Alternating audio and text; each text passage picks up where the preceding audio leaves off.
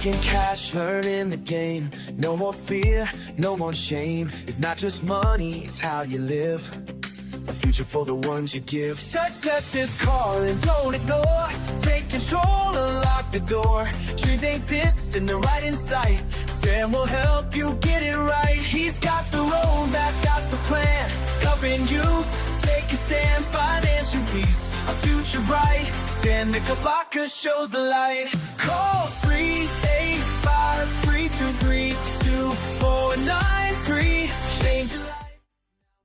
Welcome back to the Fuel Your Legacy show. And today we have an incredible guest, crazy life story, Dr. Neja Zupan. She's from Slovenia. And in preparation for this, I got her notification that she wanted to do an interview a few weeks ago and read up on her. And then I was like, I'm going to listen to a book that I'm going to have a conversation about with you. It's called The Untethered Soul by Michael Singer. I don't know if you've ever heard of it. If you haven't, it's going to be a fun conversation. It's going to be a fun conversation either way, but her story is absolutely, literally life-changing. And if you learned what she learned, your life could change too. And that's why I want to share this with you, because I believe that the questions we ask ourselves define the quality of the lives that we live. I got that from Tony Robbins, right? Learning how to ask the right questions could completely change your life. Most people are asking low energy, low frequency, low vibration questions, and then they end up with low vibration lives and they wonder why. And they're like, why is my life so bad? Well, here's the answer. Listen today. You got to listen to the whole thing, because if you miss even a part of it, you might miss all of it. You know, it's a crazy thing. That one thing that could have changed your life, if you miss it, you miss it. And so stay tuned for the whole thing. But Neja, I want to know, like, what was your childhood like? What was the things that kind of built you? What was your family situation like? What was the political environment? What was the social environment that you grew up in, the religious environment that kind of shaped who you became throughout your life? Thank you very much for inviting me to your really amazing podcast. And I also want to say hey to all the audience listeners. So about the question, how my life was in childhood. I was born still in this time of old communist countries, in one of the communist countries. So our lives, even on in the level of the country, was somehow limited. We were limited in resources in comparison to, let's say, England or United Kingdom or some more developed countries, or also Germany, quite short in these resources. Mm-hmm. And also my parents, they were not like highly educated people. They were simple people, like lower middle class people working in a factory. So I was also in that, from that perspective, not very supported by many things. I was somehow also, when I look back, how was my life? I was more like this black sheep among the. Were you the black sheep among your family, or just a community? Also community.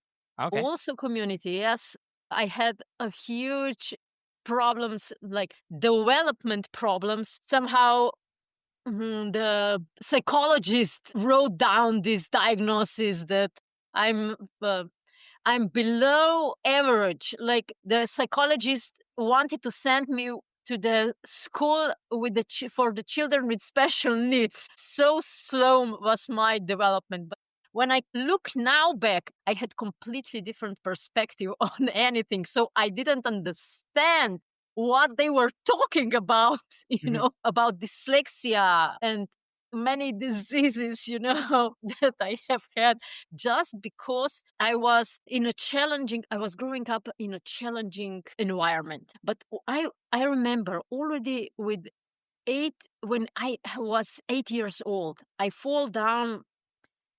I don't know, it was a table, and I was quite severely wounded, and my skin was, folded down, and I was screaming at home that I don't want to go to see the doctor. So my mother somehow put everything together. It was about 4-centimeter wound, quite deep one, but I was screaming, no doctors, no doctors, What were you scared of about the doctors? Like, why did you not want to go to a doctor? Probably this was a consequence when I was 3 3.5 years old.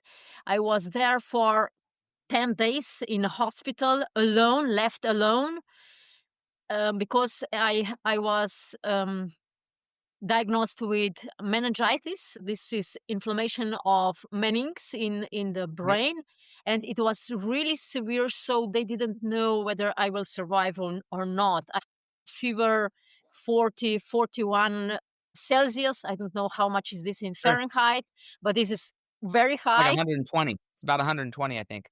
About 3 times ish. It's a little less than 3 times, but somewhere around there. Yeah, it was High. really high, so they didn't know whether I will survive, and I was left alone. I remember this time as being really, really alone. So I didn't want to go to see them, to come even closer to them. And then in the second occasion, as I said, I grew up in very harsh family. My family didn't know how to handle emotions, and I was suppressed physically and Do psychologically. So, question about that. Do you think that that was more your family, or is that the culture of just because I've heard this story from quite a few people who were in we'll call it behind the Iron Curtain or behind the in the Soviet s- member states, for lack of a better word, before they broke it up.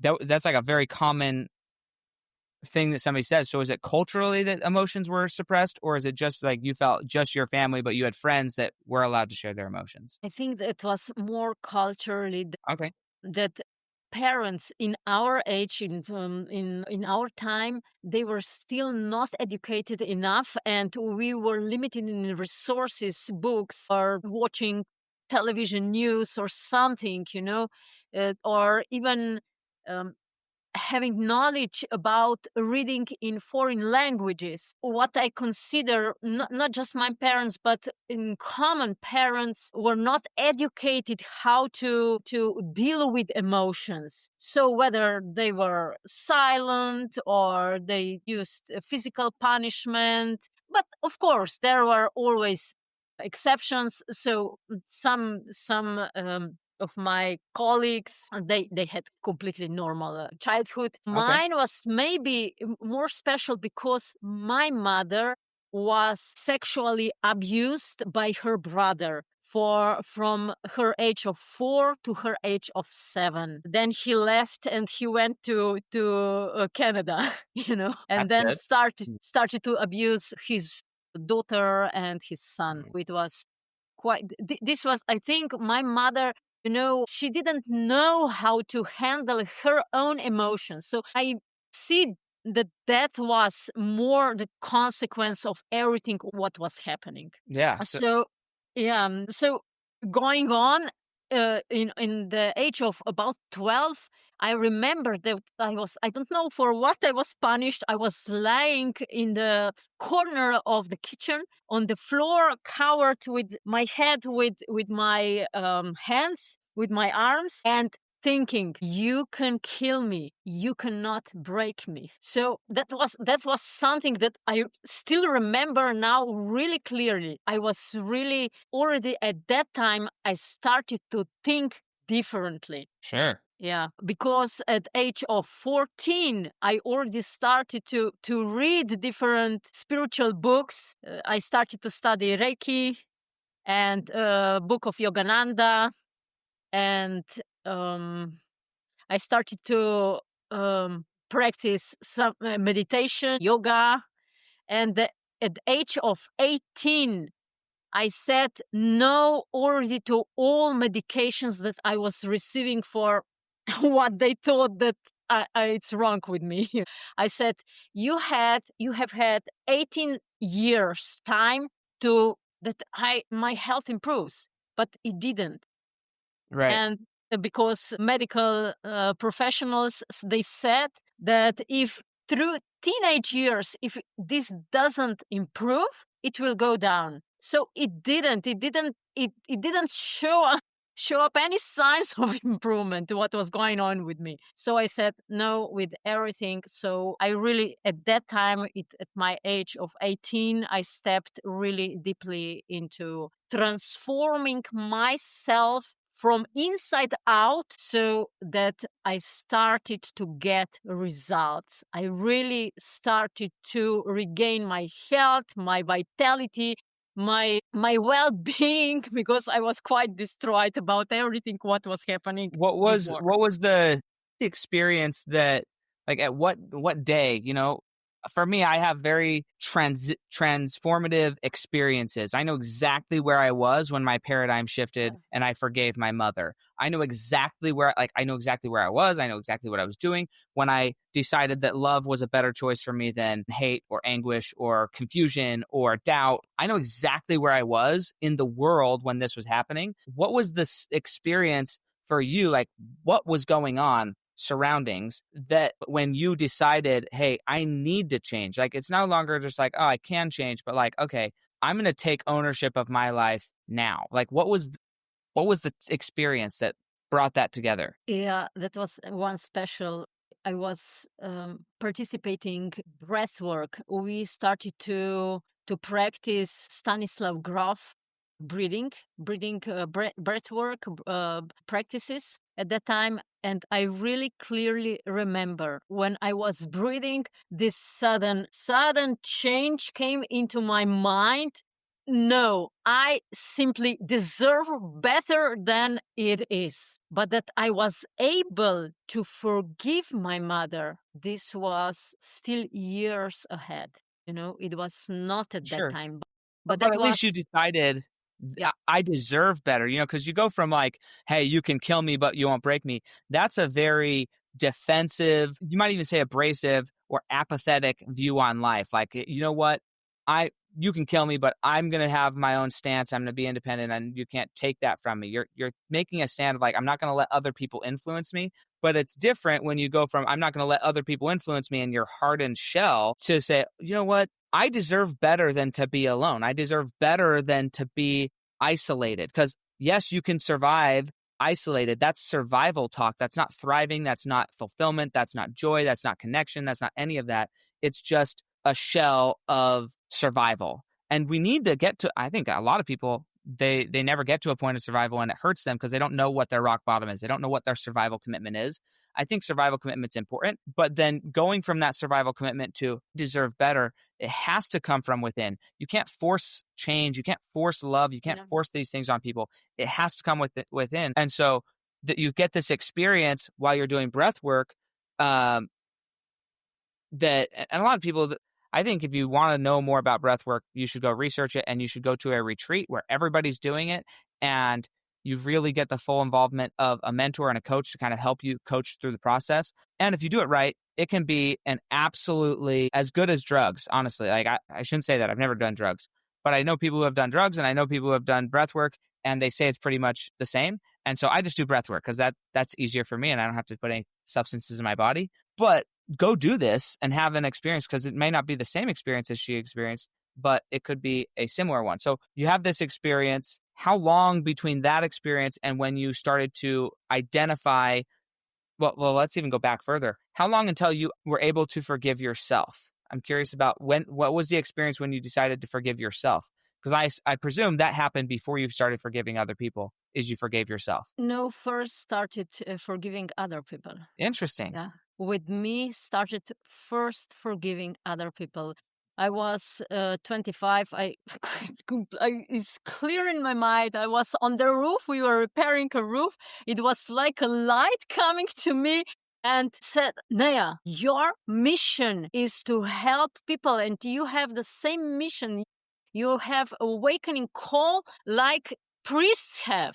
The same type of calling, and from that on, then I really digged into everything. What at that time I was already studying. I was doing my PhD, and I had access to different literature. I was also reading in English, in German, so I had plenty of books and access to different scientific articles. So I really went immensely in. So And I question started. there. I want to ask a question. When you said you had this experience where, hey, your calling is more. How would you describe that experience of a calling? Because everybody's different, and some people get callings. There's a great book I love. It's called The Dream Giver. Some people get callings, but they don't either recognize it, they don't understand it, they don't know what it means, and so they just move past it. They ignore the calling. And there's also a really funny, as far as a contemporary literature here, you can go to watch there's a TV show called Manifest. And Manifest is, it's this thing where they go through this incredible experience, get lost, and then come back years later in an airplane. And then everybody who's on the airplane, they get callings, and the calling per se is so they can go help somebody, right? And they can't ignore it, because if they ignore it, it just like becomes all consuming and ruins their life, as far as they can't focus on anything else unless they go accept and do the calling. So just two contemporary references about it. But how was that experience for you? Like, what was the experience of receiving the calling? Did you hear it as an audible voice? Did you feel it? Was it suggested and you recognized it? Like, how did you identify this is a calling? It means something. I need to act on it. It was light. I saw the light coming, and I heard a voice telling me what to do. It was the same, it was years later when I was diagnosed with a cancer. When I look back on this diagnosis, was actually, it was a consequence of everything what not happened in my life, but what happened in life of my ancestors. So I was here, what I perceived, I was here to really cut the lineage of cancer. And before I was diagnosed, I was in meditation. I clearly hear, Neja, you have cancer. And, I just skipped this, jumped over. And the voice said again, Neja, pay attention, you have cancer. Then, of course, I did pay attention, and I went to the doctor, and they confirmed it was aggressive form of ductal hormonal dependent cancer. And I knew that all my female ancestors, all of them, passed away for cancer. So I was just the next one in the row. But all of them accepted the allopathic approach, and I said no to it, because I knew up to then, everything what I did for 25 years before I was diagnosed with the cancer, it was like coming strong enough to face, to be challenged with this entity, with this energy of cancer, because I really confronted this entity. I have clear picture in my mind, not just picture, sensation, experience. I met this entity twice. So first time it was at the beginning of this cancer path, and the second time it was when everything was ended. And the first time when we met, actually I was still, armed with a sword and everything. Wanted Question. to When you say you met the entity, are you referring to the entity of cancer, or are you referring to the entity of the thing calling you and engaging you and letting you know where you're at? No, this was entity of cancer, because I have this ability to see things, to perceive things. So I met also with the entity of cancer, not just I also met with the God. God, for me, I was questioning, what is God? What is God? What is God? But it came, when I was in this process of overcoming cancer, it appeared also God to me. But this was not like in a human form. It was all present love. And at that time, I decided I don't want to fight anymore with cancer. I just want to embrace it with love. And it was only 3 months from that time that I decided to really love cancer, to the final encounter with the cancer, when we laughed, and when I laughed, he was this entity of cancer. He was all still very like in fighting mode, but I laughed, I played, and so he didn't stand anymore this high frequency energy. So this is what I'm bringing to people, to really elevate energy, frequency of energy, that any low frequency energy cannot be around them and inside them. This is crucial. Yeah, it's so fascinating. I've interviewed a lot of people, and different people experience this, I'm going to call it God, right? Differently. Some people experience it as freedom. Some people experience it as peace. Some people experience whatever it is. For me, my word is love as well. When I think of like what God is or the essence of God, it is love. And when you read the scriptures, different versions of the scriptures, they say God is love, right? But I think that different people this energy differently. I'm curious when you say you let's go back to these two things you mentioned, and I want to find out how they work together.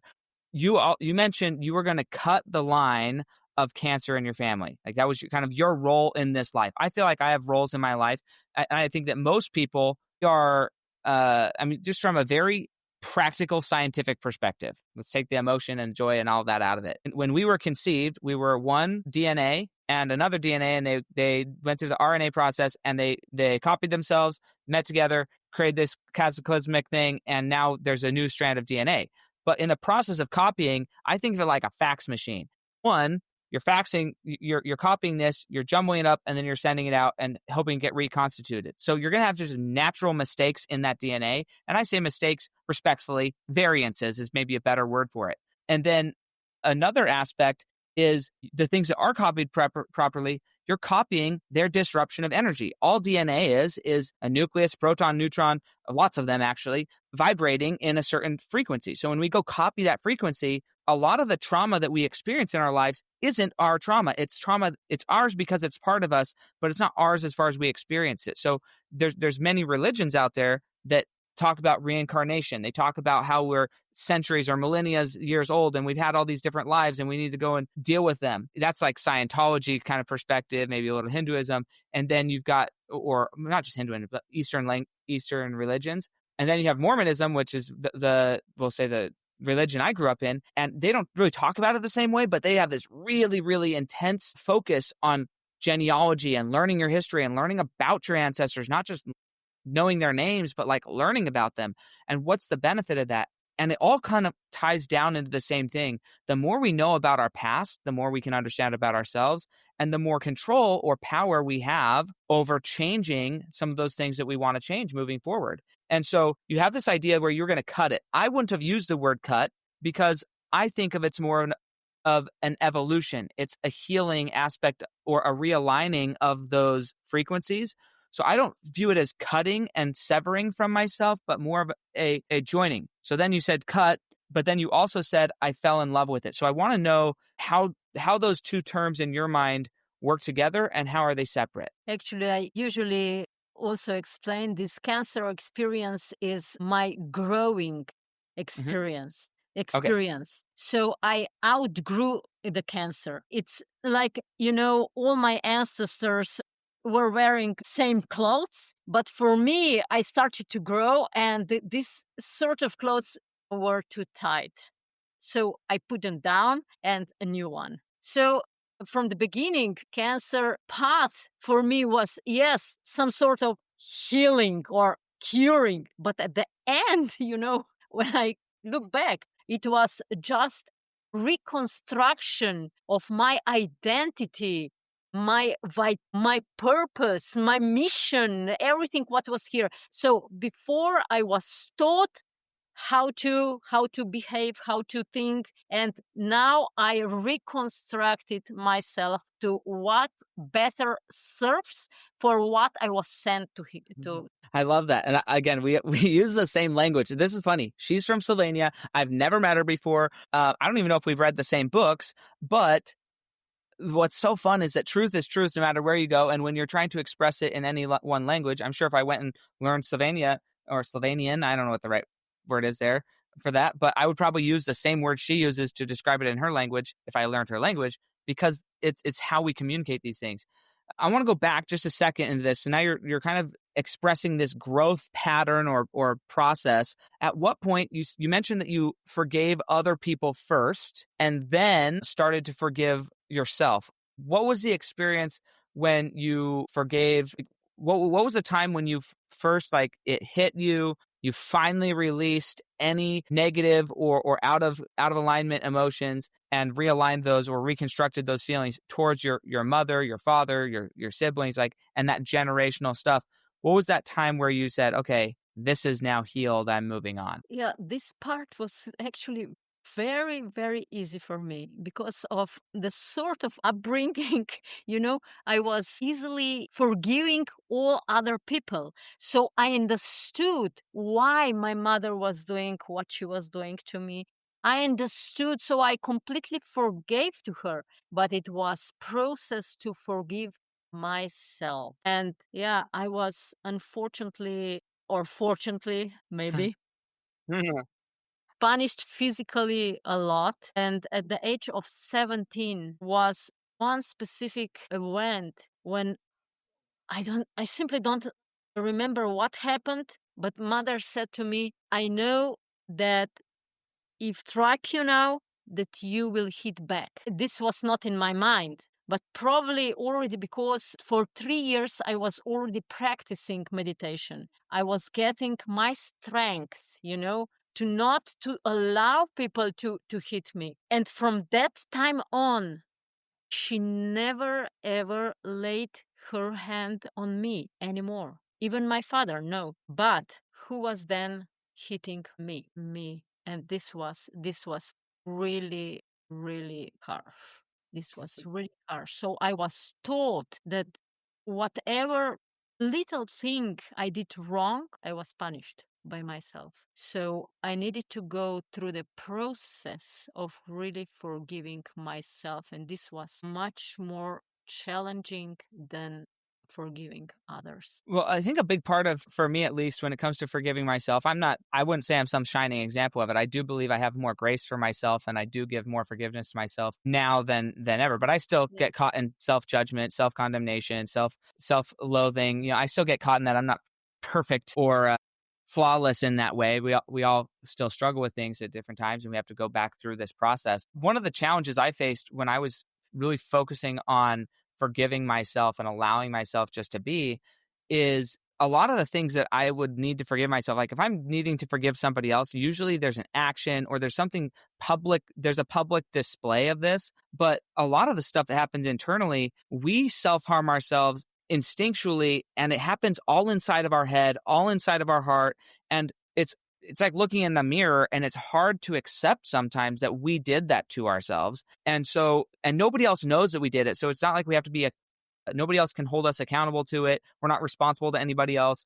We have to proactively root those things out. And I find that journaling is a great way of really identifying some of your inner thoughts and inner turmoil and at least getting them out so they can become some form of physical so that you can start negotiating with it. But it is interesting. So I'm curious, like what processes did you go through in that process of learning to forgive yourself? And I say learning because I think it's a verb. I think it's an action. And I think it's something that happens. You have to continue to do it. It's not you did it once. Okay, I accepted grace or I forgave myself and I'm done. Well, that's great for everything in the past. But what about 2 seconds later when you're judging somebody later, because you're, again, going back to your body memory, all of your DNA still is, even though you decide, hey, I want it to align differently, it's still currently aligned the other way. You can correct it once, but it might pop back into the old way of being, and it takes training and constant effort. This came to my mind. I haven't thought of this in a long time, but one of my mentors, I was on a religious mission in Scotland and Ireland, and one of the mentors who was out there, he was an older gentleman, and he said every morning when he got up, he would do at least 50 sit-ups. That's a lot, doing 50 sit-ups as an older guy. Just as anybody, it's a lot. But he said he would do 50 sit-ups, and he would basically do sit-ups until he couldn't think of anybody else to forgive. And so his morning ritual was to forgive people with every sit-up that he did.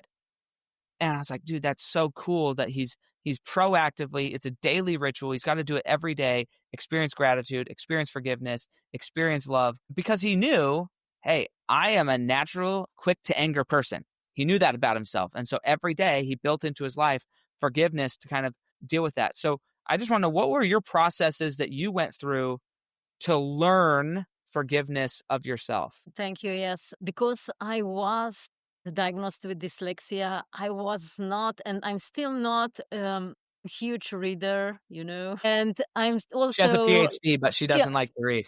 Yeah, I Hey, that's read awesome. That's awesome. I some love it. things, but not as much as, people usually say, yeah, you need to read this and that, and then I don't know what books, but and also journaling was not very my type. But what I did, I discussed a lot with God. So I'm more auditory Okay. person and more sensitive person. So I was sitting in really calm, no sound, nothing, and discussing. And of course, I learned a lot of, for example, neurolinguistic programming, non-violent communication, mindfulness. So several approaches in psychology, because I really wanted to learn how mind is operating, where actually is how to analyze how I'm talking to myself. But this was not through writing, but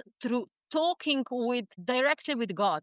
I cannot express this in any other manner, but directly with God, discussing what I did, and then rehearsing in my mind a new way. I was sitting and rehearsing.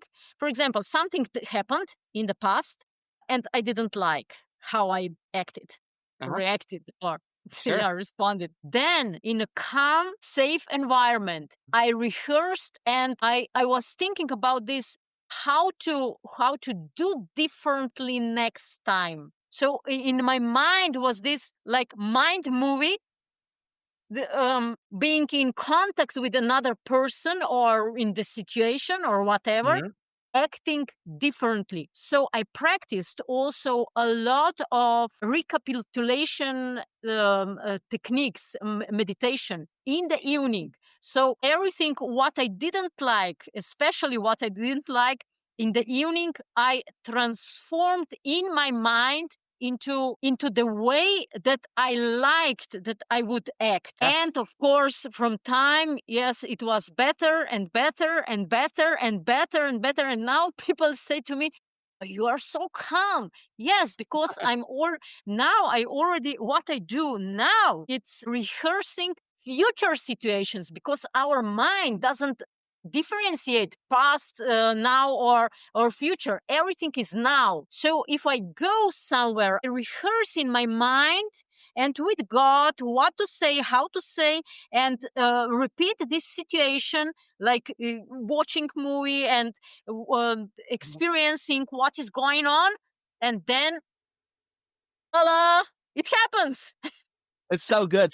So funny about this. Again, going back to once you see truth, truth is everywhere. I actually wrote a book probably 4 or 5 years ago. It's a journal, again, because that's my preferred mode of transformation, journaling, and I called it Identify Your Identity Journal. Well, I wrote two, the Fulfillment Journal and the Identify Your Identity Journal. Specifically with the Identify Your Identity Journal, though, what the purpose of this is exactly what you just described, to change your perspective on things and go over these things in a calm, safe environment. So I asked 4 questions for every experience. So first, you got to title the experience. This titling of the experience allows you to condense a big experience into a poignant moment that you can recall with the title. Because once you condense a whole story into a title, it puts it into a position where you can have multiple titles run through your mind quickly and experience the whole experience in instant, like condensing timeframes. So that's the first thing, title the experience. Second is you got to write down the entire experience without any emotion. So what factually happened? So even you mentioning like your mom and all those experiences and her striking you, not striking you, saying negative things, not saying negative things, all of those things, I would say what factually happens. What were the words she said? I would read no emotion into it. And you got to learn these languages. You got to learn nonviolent communication. You got to learn neurolinguistic programming. You got to learn these things so that you can start to understand, hey, that's actually me inferring that she felt a certain way about why she hit me. But I'm not going to say why she hit me or how she felt about it. I'm just saying I got hit. Her hand made contact with the atoms on my face, and I experienced a reaction to it. Okay? Pain, but even pain sometimes can be used as emotional language. So first question is, what are the facts of the situation? Second question in the Identify Your Identity Journal is how do I feel about the facts? Now I write down all my feelings, all the good feelings, bad feelings, hatred. I want to kill that person. I hope they go die and sink in a river. And also, I actually don't feel that way. I kind of don't like myself for feeling that way. All these emotions. And then I get into the really gaslighty portion, which is what could also be true. And when I'm talking about what could also be true, I'm taking the antagonist, the villain of the story, and I'm writing the most noble reason why they would have acted the way they would have acted. Like I am explaining to myself, if I was going to put myself in their shoes, this is why they did it. This is how they did it. Maybe they were in so much pain. They wanted to share that. They needed somebody to share that with so they could commiserate, but they didn't know how to do that. And so instead of like inviting somebody in through verbally sharing and asking for support, they said, hey, I'm going to invite you in by doing it to you. So now we're both in pain, right? Whatever it is, I'm going to draw them out the absolute most noble reason for causing the circumstance in my life. And then the last question is, what am I grateful for? What did I learn from it? And how am I going to act differently in the future? So that's like my whole Identify Your Identity journal. Published it because this is crucial that we learn how to reprocess, recapitulate, revisualize, not just our past experiences. Because once you've done it in the past long enough, then you start doing it for present and the future. And my wife tells me this all the same. How are you so calm? How are you just like allowing what is to be? Why aren't we predicting the future? I'm like, look, I'm fine. I'm actually fine writing a horrible future out for ourselves. Like just writing the absolute everything goes bad, worst case scenario future. I'm okay with that as long as we're also allowed to write a different narrative of the most positive. As long as we're not focusing too much on the negative, I'm okay with the negative, as long as we're allowed to be positive as well. But if you're going to say no positivity, only negativity, then I'm going to say, sorry, I can't participate in this because I don't exist there. We need to be able to experience the positive as well. And so I love that you just brought that up because, again, once you reach this enlightenment, it's something that it's achievable for everybody. That's the coolest part about it. In your practice as a doctor in this, how do you help other people achieve this? Because you just mentioned you're very visualization and audible and sensory, right? So those are three very powerful tools, and I think everybody should get to it. Some people like journaling. I like music as well. So if I want to change a habit, then AI is wonderful for this. You can just put it in AI, create some lyrics, and put it in there, and you listen to it, it'll put it to a tune. And I mean, I have AI songs that I've written about my goals, my dreams, my love for my wife, my children, and I'll listen to them, and I'll be in the middle of my dream sequence listening to my music that the AI created of my future. And so I just absolutely love this practice. But what are you doing? How are you helping other people through that process? So it's another aspect. Now I was talking about how I would work with my mind, but scientifically it's proven that we use 3 to 7% of our mind consciously. So if we round this to 10%, where is this 90%? This 90% is unconscious, and this is running the show. All these memories or this programming is stored in the body. So the majority or the biggest portion of my work with clients is to work on a body, to really release, to awake this giant inside, that they start to express what is inside. I have written up till now 7 books. I was co-author in 2 books, and another book, mine, From Tumor to Humor, is going to be published soon. Congratulations. That's awesome. That's a big accomplishment. Yeah. So I'm writing about, for example, one very special technique that is pressing different points in the body. I studied also a lot of Ayurveda, traditional Chinese medicine, energy medicine, craniosacral treatment, bioresonance, phytotherapy, different approaches, working with energies. And in one approach is pressing points in the body these points are connected with lymph, and in lymph is stored memory. So when you press this we talked about breathing. Yes, breathing is one type, because I also use a lot of breathing exercises. But also, if you press, and if this point or whatever point in the body is painful, behind this point is trauma. It stores trauma in the body. And I always tell my clients that you can evolve as fast as your body evolves. You cannot evolve with your mind, because mind is only like maximum 10% and 90% is about body. So how much your body is flexible, how much your body is liberated, how much you feel free in your body, free of pain, free of illness, free of inflammation, free of any symptoms. So this is the sign that you are progressing. If you progress just in your mind, that is difficult to really evolve, because body is this that is holding you back. So what I use is also pressing this point, and in my book From the Tumor to Humor, I describe one very special moment when one lady did this technique to me, for me, and it was quite long session, but at the end I was crying for 4 days in a row constantly, because all the sadness, not just my sadness, but sadness of all my ancestors and my past lives came out. I was crying, crying, crying, and crying just by pressing those points. So this is one of the core or approaches that I use, besides breathing and of course mindset. And I know a lot of techniques, a lot of methods, how to really awake what is alive in the person by releasing what is already dead, what is holding them back. I love that. I mean, the imagery, I live in Arizona, and this is like coming out of left field, but it's an essential part of it. So I live in Arizona, and the grass here, you either have like winter grass or summer grass.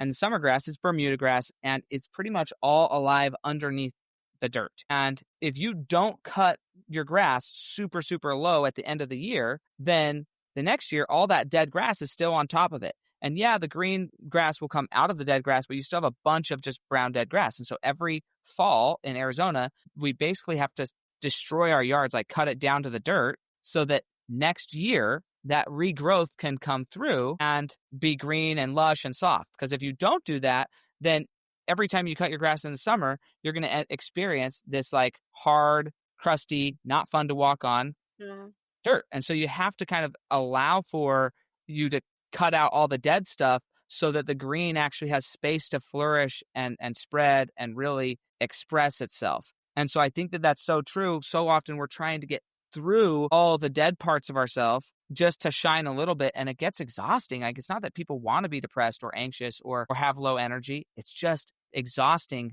fighting all this stuff that we should let go of. And this leads into this next book. And maybe you haven't read it because you said you don't like reading. I listen to books because I'm also dyslexic. Yeah. So I just listen.